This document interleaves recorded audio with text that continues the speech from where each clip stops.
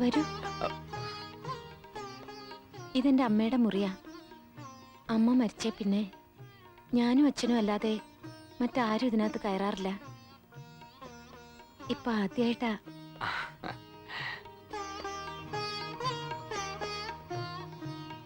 ഇതാണ് എന്റെ അമ്മ.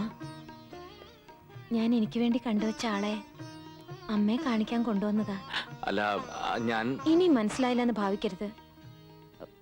എനിക്ക് പറയാനുള്ളതെല്ലാം ഇതിലുണ്ട്. അല്ല, ഇത്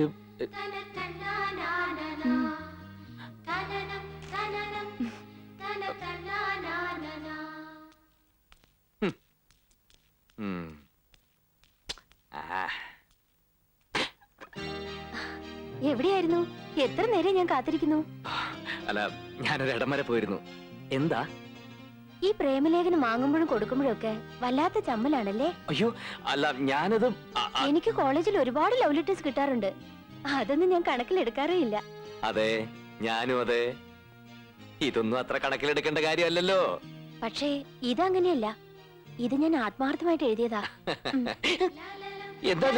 അതൊക്കെ ഇത് വായിക്കുമ്പോ മനസ്സിലാവും. അതെന്താ? അതും ഇതേപോലെ ആത്മാർത്ഥമായിട്ട് എഴുതിയത് തന്നെ. എന്നുവെച്ചാ മറുപടിയോ? അതിനത് വായിച്ചു നോക്കിയില്ലല്ലോ. വായിച്ചില്ല, എന്നാലും നേരത്തെ മറുപടി ഞാൻ എഴുതി വെച്ചു. എന്നാലതിന് തന്നേക്ക്. ഇതിലേതാണ് ആത്മാർത്ഥന്ന് അറിഞ്ഞിട്ടേ ഞാൻ തരൂ. മാള് പോ. മാളു പൊയ്ക്കോ.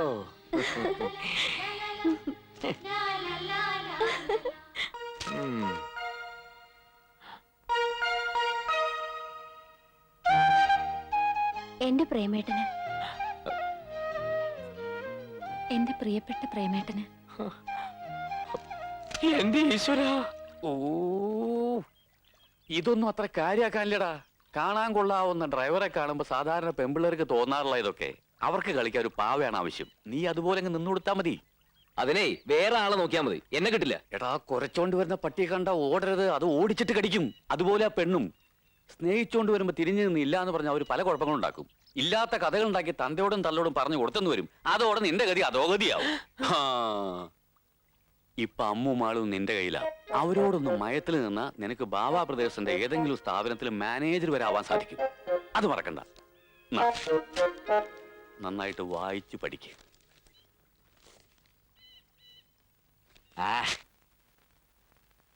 ചെറുക്കൻ അടുത്ത ആഴ്ച ബോംബെന്ന് വരും.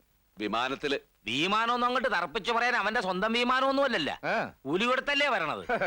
വേണ്ടി വന്നാ സ്വന്തം വിമാനം മേടിക്കാനുള്ള കഴിവുണ്ട്. ചെറുക്കന് ബോംബെയില് വലിയ ബിസിനസ് അല്ലേ. അവന്റെ നിലയും വിലയും വെച്ച് നോക്കിയാ ഇപ്പൊ ചോദിക്കുന്ന ഈ 10 ലക്ഷം വളരെ കുറവാ. പിന്നെ പെണ്ണിന്റെ ജാതകത്തിലെ കുഴപ്പം അത്ര കാര്യാക്കിട്ടില്ല. ഏതായാലും ചെറുക്കനും പെണ്ണും തമ്മിൽ കാണത്ത്. ചെറുക്കൻ പെണ്ണിനെ കണ്ടിട്ടുണ്ട്, അമ്പലത്തിൽ വെച്ച്.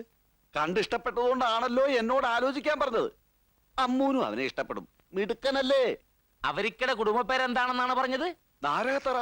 അവരിപ്പം വലിയ പണക്കാരല്ലേ. ഞങ്ങ ഒന്ന് തിരക്കട്ടെ.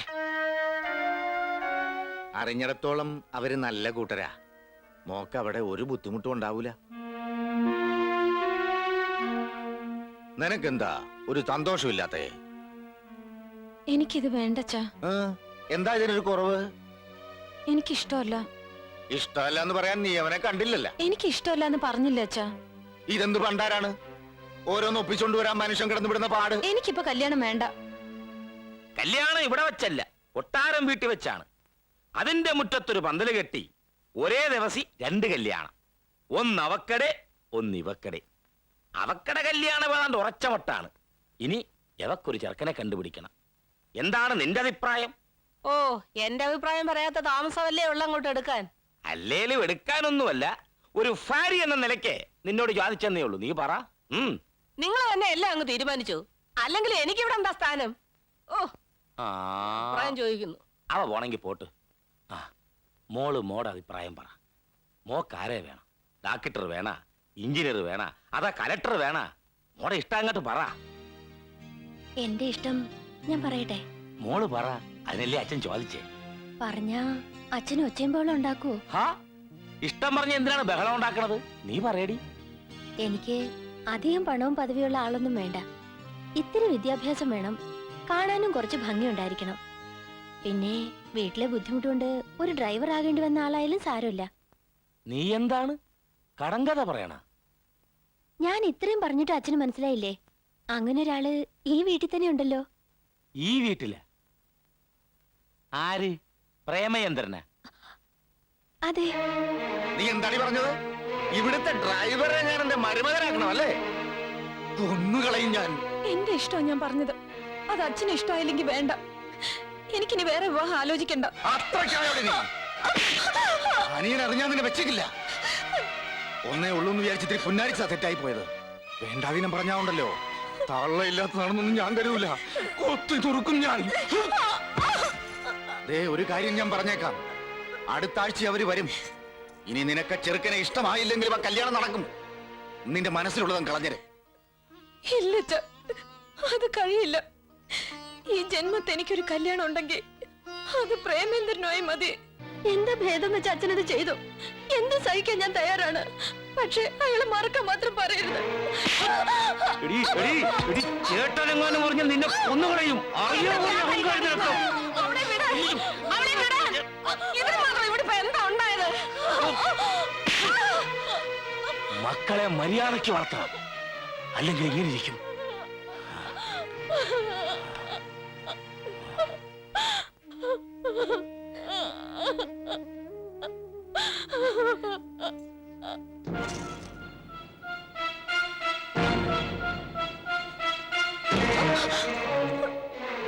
മോളെ, നിനക്ക് എന്താടി പറ്റിയത്? എന്നെ വിട്. എന്നെ ഇവിടെ ആർക്കും വേണ്ടല്ല. എന്റെ അമ്മ ഉണ്ടായിരുന്നെങ്കിൽ.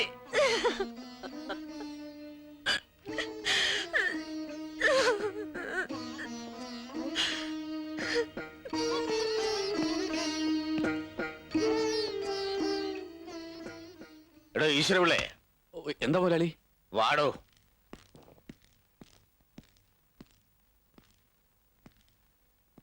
ആ വാതിലടച്ച് കുറ്റിയിട്ടെ. എന്തിനാ? ആ വാതിലടച്ച് കുറ്റിയിടാൻ. ഓ